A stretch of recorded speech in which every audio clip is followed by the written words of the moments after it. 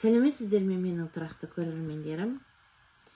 Менің каналыма әлі жазылмасаңыздар, міндетті түрде подписаться батырмасын басып, каналға тіркеліп қойыңыздар. Менің видеомды соңына дейін тыңдаңыздар. Сіздермен бөліскен әдіс-тәсілдерім сіздердің бір күндеріңізге жарар деген ойдамын.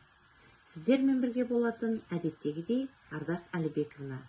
Ал ендеше бастайық. Бүгін мен сіздерге өзімнің сабағымда, тәрбие сағаттарымда пайдаланатын додекаэдр тәсілін көрсетпекшімін. Ол сіздерге жаңалық емес, әрине мен біліп отырмын. Дегенмен де кейде ойлаймыз, бүгін мен сабағымда қандай бір жаңалық ашсам деп. Бұл сіздерге жаңалық болуы да мүмкін емес. Ал енді бұны қалай жасаймыз десек, өстіп цветной қағаздардан өздеріңіздің кез келген тақырыптарыңызды шығарып аласыздар. Одан кейін өздеріңіз көріп отырғандай, бұлардың әрбір қабырғасын бір-біріне скотчтауға болады, немесе осындай нелермен қысып қоюларыңызға болады. Бұл әдісті мен 1 қазан халықаралық қарттар күніне, бұны мысалы балаларға ой қозғау ретінде лақтырып қалып, осы түскен бетін мысалы әңгімеңді өрбіт, ары қарай өзіңнің ойыңды жалғастыр.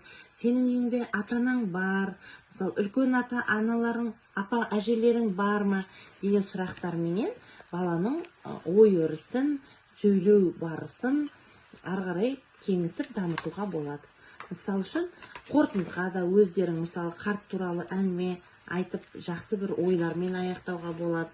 Сол секілді үлкенге үнемі сәлем бер, мысалы үшін айтып жатса, одан кейін мысалы кәрі-кәрінің сөзі дәрі, мысалы үшін осы сөзді сен қалай ұғасың деп әр түрлі тақырыпта бұл әдіс-тәсілді пайдалана беруге болады. Енді немесе мақал-мәтел айтқызып, міндетті түрде осы өзіңіздің сабағыңызда басқа тақырыптарға да қоюға болады. Оны өзіңіз әртүрлі тақырыпқа қойып, бірнеше түрін жасап қойып, тәрбие сағатыңызға немесе сабағыңызға пайдалануға болады. Менің бұл әдіс-тәсілім сіздерге пайдалы болды деген ойдамын. Ендеше мен келесіде басқа бір әдіс-тәсілді көрсеткім келіп отыр.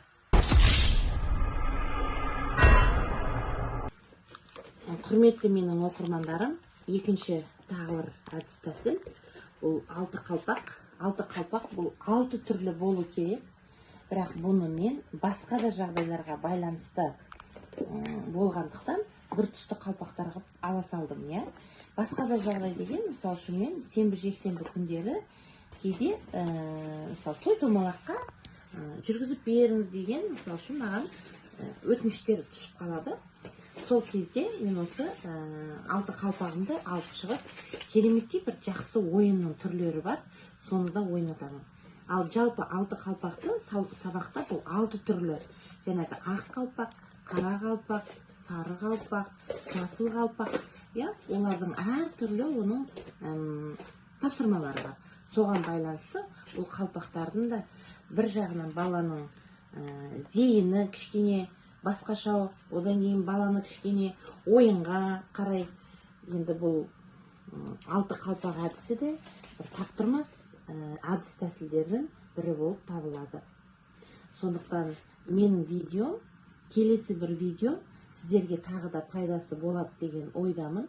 Менің каналыма жазылмасаңыздар, жазылып, подписаться батырмасын басып, әріптестеріңізбен, достарыңызбен бөлісулеріңізді сұраймын. Сіздермен бірге болған мен әдеттегідей сау-саламатта болыңыздар.